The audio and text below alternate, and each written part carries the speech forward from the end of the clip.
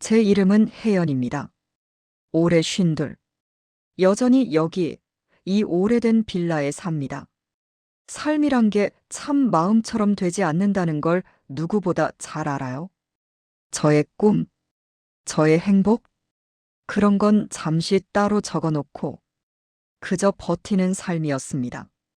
새벽마다 커피 한 잔을 내려놓고 먼 하늘을 보는 습관이 생겼어요. 남편과의 결혼 생활은 매일이 지진 같았습니다. 불안정하고 흔들리고 언제 무너질지 모르는 관계였죠. 그런데도 아들 앞에서는 웃었습니다. 부부가 싸우며 사는 모습만은 보여주기 싫었거든요. 25, 결국 남편은 떠났어요. 이유도 변명도 남기지 않았습니다. 남은 건 5살짜리 아들 하나. 그 아이를 매일 안고 울다가 이내 울음을 삼키고 일어나야 했어요. 이혼은 끝이 아니라 제가 아들을 지키는 삶의 시작이었습니다. 혼자 세상으로 나왔던 그날부터 저는 늘 싸우듯 살아왔어요. 그래도 아들 하나 잘 키우면 된다고 그 믿음 하나로 버텼습니다. 그때 다짐했죠. 이 아이만큼은 외로움 모르고 살게 해야지. 그 다짐 하나로 제 삶은 굴러갔습니다.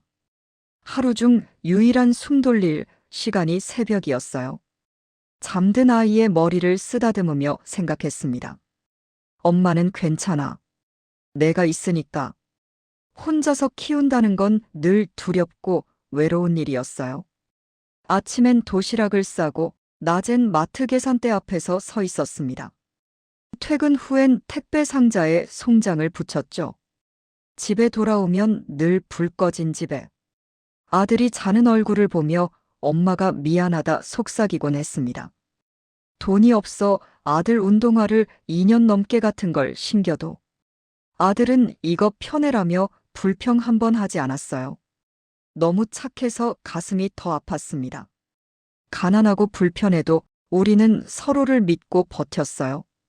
그게 가족이라고 저는 그렇게 배웠습니다. 그때 제 삶엔 오직 2가지 색만 있었어요. 하얀 피로, 그리고 핑크빛 아들의 웃음. 그 웃음 하나면 모든 게 견딜만 했습니다. 겨울엔 남의 가게 유리문을 닦으면서 이 돈이면 아이 학원비가 나올까? 이번 달엔 체험학습 못 보내면 어떡하지? 수없이 계산하며 살았어요. 하지만 단 한 번도 세상을 원망하지는 않았어요. 그저 내 아이가 행복하면 됐다. 그 흔한 가족 사진 한 장 없었지만 우리 둘의 삶은 그래도 따뜻했습니다. 아들은 상처 없이 자랐어요. 밝고 성실하고 책임감이 강해서 학교에서도 선생님들이 칭찬을 아끼지 않았습니다. 대학에 합격했던 날, 저는 회사 창고 뒤에서 몰래 울었습니다. 기특해서 울었고 미안해서 울었습니다. 엄마가 더 잘해줄 수 있었으면 얼마나 좋았을까. 하지만 아들은 말했어요. 엄마가 나한테는 제일 큰 선물이야. 나중에 꼭 엄마 기쁘게 해줄게. 그 말 하나에 모든 고생이 녹아내렸어요. 아들이 32이 되던 봄날이었습니다. 퇴근 후 작은 꽃다발을 들고 여자친구를 집에 데려왔어요. 예쁘고 예의 바르고 또렷한 인상을 가진 아이였죠. 저는 괜히 밥상을 더 풍성하게 차리려고 더 좋은 반찬을 꺼내오고 후식으로 과일까지 내왔습니다. 엄마, 나 결혼하려고. 정신이 멍했어요. 아, 그렇게 시간이 흘렀구나. 제 아이가 이제는 누군가의 남편이 된다는 것. 그날 밤 잠이 오지 않아 옛 앨범을 꺼냈습니다. 유치원 운동회, 초등학교 학예회, 그리고 군대 수료식. 사진 속 아들은 언제나 제 옆에 있었어요. 그날 저는 오래도록 거울 앞에 서 있었습니다. 제 얼굴에 주름을 보며 마음을 다잡았습니다. 잘 키웠다, 혜연아. 상견례 날짜가 잡혔어요. 식당 예약도 했고 예비 며느리 부모님도 오신다고 했습니다. 저는 며칠 동안 옷장을 열었다 닫았습니다. 아이에게 엄마로서 처음이자 마지막으로 당당하고 싶었어요. 이혼 후 행사다운 행사를 처음 겪는 저였기에 괜히 마음이 조급해졌습니다. 그래도 제 나름대로 깔끔한 원피스를 준비했어요. 부족하지만 예의는 갖춰야지. 처음으로 카이힐을 샀고 미용실에서 머리를 단정히 만졌습니다. 며느리 될 아이에게 좋은 인상을 주고 싶었거든요. 예쁘게 낳고 잘 키우셨네요. 그렇게 말해주면 좋겠다고 혼잣말을 하며 한없이 웃었습니다. 상견례 날 설레는 마음으로 식당에 갔습니다. 식당방에 들어서니 예비 며느리 부모님이 먼저 와 계셨어요. 테이블엔 하얀 접시와 따뜻한 차가 놓여 있었습니다. 분위기는 서늘했고 인사를 드리려 허리를 숙였는데 여자 쪽 어머니는 저를 한번 위아래로 훑어보았습니다. 자리에 앉자마자 그 집 어머니가 제 얼굴을 빤히 보더니 짧게 그리고 단호하게 말했습니다. 죄송하지만 전 딸을 이런 집엔 시집 보내고 싶지 않아요. 순간 숨이 멎는 것 같았습니다. 이런 집이라니요? 저희 딸은 화목한 가정에서 자랐어요. 부모님 이혼한 집에 시집 보내고 싶은 마음 없어요. 딸의 미래가 걱정돼서요. 아버지도 없고 홀로 사셨다면서요. 저희는 그런 가정은 좀 부담스러워요. 아들을 지키려고 이 악물고 살아왔던 세월이 단 한 문장에 무너져버리는 기분이었습니다. 옆에서 며느리 될 아이가 당황해서 말했어요. 엄마, 그런 말 왜 해? 하지만 여자 쪽 어머니는 계속했습니다.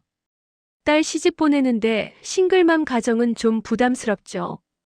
저는 손끝이 떨렸지만 애써 웃었습니다. 제가 가진 건 많지 않지만 아들 하나는 정직하게 잘 키웠습니다. 그러자 예비 며느리 어머니는 차갑게 말했습니다. 그건 두고 봐야겠죠. 아무리 사람이 좋아도 환경이 중요하죠. 결혼은 두 사람만의 문제가 아니잖아요. 상견례는 이미 망가져 있었어요. 저를 향한 멸시보다 그 자리에 앉아있던 아들의 떨리는 눈빛이 더 아팠습니다. 집에 돌아오는 길, 아들은 조심스럽게 제 손을 잡았어요. 저는 떨리는 손을 빼지 않았습니다. 하지만 울고 싶은 마음을 숨기려 애써 미소를 지었어요. 엄마는 괜찮아. 결혼은 너희 둘의 일이니까. 다 지나갈 거야. 하지만 솔직히 말하면 저는 괜찮지 않았습니다. 그리고 그날 밤 아들로부터 문자가 왔어요. 엄마 결혼은 할 거야. 그냥 오늘 일은 잊자. 그 말에 눈물이 나지 않았습니다. 대신 마음이 고요하게 죽어갔습니다. 결혼은 결국 진행됐고 저는 그저 조용히 축하해 주었어요. 그래도 우리 가족이 하나 더 늘어나는 것이라고 믿으며 애썼습니다. 하지만 결혼 후 며느리는 연락이 점점 줄어들었어요. 처음엔 바쁘다. 그 다음엔 몸이 안 좋다. 그리고 어느 날 아들이 말했습니다. 엄마 며느리가 힘들대. 잠깐만 전화 좀 줄여줘. 전화 좀 줄여달라니. 저는 결혼 후 한 번도 먼저 연락한 적이 없었습니다. 한동안 핸드폰을 바라보며 멍했어요. 내가 뭘 그렇게 잘못했을까? 저는 상견례 이후 오히려 조심했고 자주 연락하지도 않았습니다. 그런데도 저는 문제였어요. 손주가 태어났다는 소식은 아들이 문자로 보내준 사진으로 처음 알았습니다. 아들에게 전화를 걸어 축하한다고 했지만 아들은 짧게 말했습니다. 지금 분위기 좀 그래서 엄마는 나중에 보자. 나중에. 그 나중은 단 한 번도 오지 않았습니다. 휴대폰을 끄고 난 뒤 방 안은 조용했어요. 그 조용함이 몸에 배어 그날 이후 세상과 거리를 두게 되었습니다. 며느리와 마주친 적도 목소리를 들은 적도 없었어요. 그저 멀리서 안부만 들었습니다. 명절에도, 생일에도, 어버이날에도 그들은 오지 않았습니다. 저는 매년 아들의 생일에 작은 선물을 준비했어요. 하지만 집에 온 적이 없어 집에는 매년 아들의 선물이 쌓여갔습니다. 며느리는 제 번호를 차단해버렸고 아들도 어느 순간 받지 않는 날이 많아졌습니다. 저는 제 인생의 절반을 바쳐 키운 아들을 조금씩 잃어갔습니다. 어느 날 아들이 문자 한 줄을 보냈습니다. 엄마, 며느리가 스트레스 받아 하니까 당분간 연락하지 말아줘. 그 문자를 읽고 저는 이불 속에서 한참을 울었습니다. 마치 누군가가 가슴을 발로 밟은 것처럼 숨을 쉬지 못했습니다. 저는 이 아이를 위해 내 인생을 다 바쳤는데 결국 저는 버려진 사람이 되어 있었죠. 이게 내가 바랐던 가족의 모습이었나? 순간 세상이 멈췄어요. 그래, 그렇구나. 겨우 그 말만 내뱉을 수 있었습니다. 손에 쥔 폰이 식은 얼음처럼 느껴졌어요. 그날 한참을 울다 창문을 열어 밤하늘을 올려다봤습니다. 아들이 어린 시절 좋아하던 별이 아직 그 자리에 있었어요. 저는 어느 순간 받아들였습니다. 붙잡을수록 아들에게 부담이 되고 저도 더 초라해진다는 걸. 그래서 결국 결심했습니다. 놓아주자. 이 아이를 사랑하는 방식이 집착이 되어서는 안 된다. 그래서 아들에게 보냈던 마지막 문자는 이 한 줄이었습니다. 알겠다. 너희 둘 건강하게 잘 살아라. 엄마는 괜찮다. 그리고 저는 다시 혼자 사는 삶을 선택했습니다. 아침에 일어나 커튼을 열면 햇빛이 조용히 방 안을 채웠습니다. 더 이상 누군가에게 미안해하지 않아도 되고 누군가에게 인정받기 위해 애쓰지 않아도 되는 삶. 저는 그제야 알았습니다. 저는 엄마이기 전에 한 명의 사람이라는 걸. 시간이 흘렀어요. 여전히 명절에도 생일에도 연락은 없었습니다. 이웃들은 물었어요. 며느리랑 손주는 자주 봐요? 요즘은 다들 바쁘잖아요. 말하며 저는 웃었습니다. 빈집에 홀로 밥을 차려요. 된장국 한 그릇, 김치 한 접시. 식구가 둘이 있을 때는 몰랐는데 이젠 밥 짓는 냄새도 낯설어요. 그래도 어떤 날엔 거울 속 제 얼굴을 보며 생각했습니다. 지연아, 충분히 잘 버텼어. 그 마음 하나로 조금씩 숨이 트였습니다. 요즘은 제 자신을 키우는 법을 배우고 있습니다.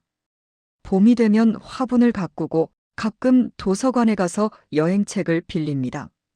시장 아주머니들과 커피를 마시며 웃기도 하고 혼자 영화관에 가서 눈물도 흘려요. 누군가 제게 물었어요. 혜연 씨 외롭지 않아요? 이젠 괜찮아요. 외로움도 나의 일부니까. 말하며 저는 웃었어요. 이제 저는 누군가의 엄마이기 전에 한 사람의 나로 삽니다. 그게 얼마나 어려운 일인지, 그리고 얼마나 소중한 일인지 이제야 알겠습니다. 이 길 끝에 무엇이 있을지 저는 모릅니다. 하지만 분명한 건 저는 이제 저를 사랑해야 한다는 것이에요. 언젠가 아들이 현관문을 두드리며 돌아올 수도 있습니다. 혹은 평생 연락이 오지 않을 수도 있어요. 하지만 가끔은 문득 그 아이가 찾아오는 상상을 합니다. 현관문을 열고 들어와 엄마 잘 있었어? 웃으며 안기는 장면. 그럴 때면 저도 모르게 따뜻한 차를 끓여 잔 2개를 꺼내놓고 식탁에 앉아 그 아이가 어떤 이야기든 해주기를 기다릴 것입니다. 아마 언젠가는 올 것입니다. 그 아이가 혹은 그 아이의 아이가 그때는 아무런 원망도 없이 이렇게 말해줄 겁니다. 괜찮아. 엄마는 언제나 여기 있었단다. 내가 돌아오든 아니든 엄마는 너를 사랑한다. 그리고 이제는 나도 나를 사랑한다. 저는 더 이상 누군가의 엄마로만 존재하지 않습니다. 이제는 저 자신으로 살아가기로 했어요. 누구에게도 미안해하지 않고 누구에게도 버림받지 않는 제 삶의 주인으로. 누군가는 말합니다. 부모의 삶은 자식을 위해 존재한다고. 하지만 이제 알겠어요. 그 안에도 나라는 사람이 있다는 것을. 제 이름은 혜연. 25의 나에게 52의 제가 말해주고 싶습니다. 잘 버텼다. 이제 내 삶을 살아도 돼. 창문 밖에서 새소리가 들립니다.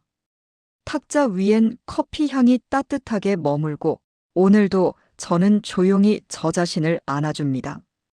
그리고 천천히 새로운 하루가 열리기를 기다립니다. 더 많은 이야기가 궁금하시다면 좋아요와 구독 부탁드립니다.